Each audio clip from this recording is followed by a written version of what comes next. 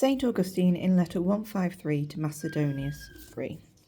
Saint Augustine is back in this letter, and we've already seen him a couple of times in the GCSE so far. We've seen him in De Trinitate, which talks about the Trinity, Confessions, in which he talks about creation, and we've seen him in the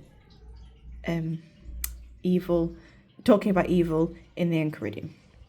So, we pity the person but hate the offence or transgression. In fact, the more we dislike the vice in question, the less do we want the offender to die without correcting his vices. It comes easily and effortlessly to hate the bad because they are bad. It is an uncommon mark of piety to love the same people because they are human beings, so that at one and the same time you disapprove of their guilt while approving of their nature. Indeed, you have more right to hate their guilt precisely because it mars their nature, which you love. Therefore, if you take action against the crime in order to liberate the human being, you bind yourself to him in a fellowship of humanity rather than injustice. Moreover, there is no space to reform character except in this life.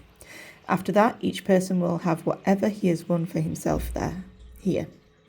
That is why we are forced to intercede for the guilty out of love for the human race, for otherwise punishment will end this life for them, and once it is ended, they will not be able to bring their punishment to an end.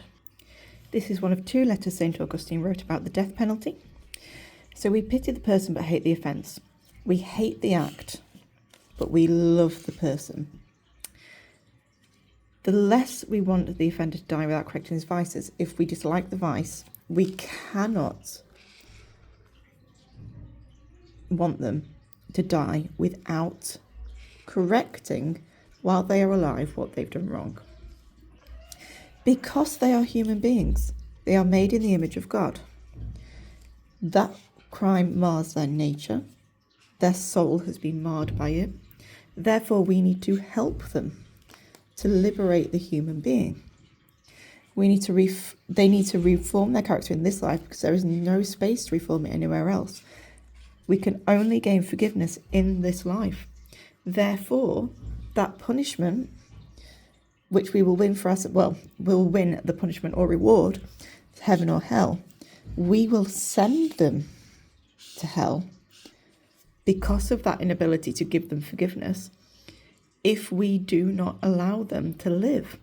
Therefore, the death penalty will end their ability to gain forgiveness.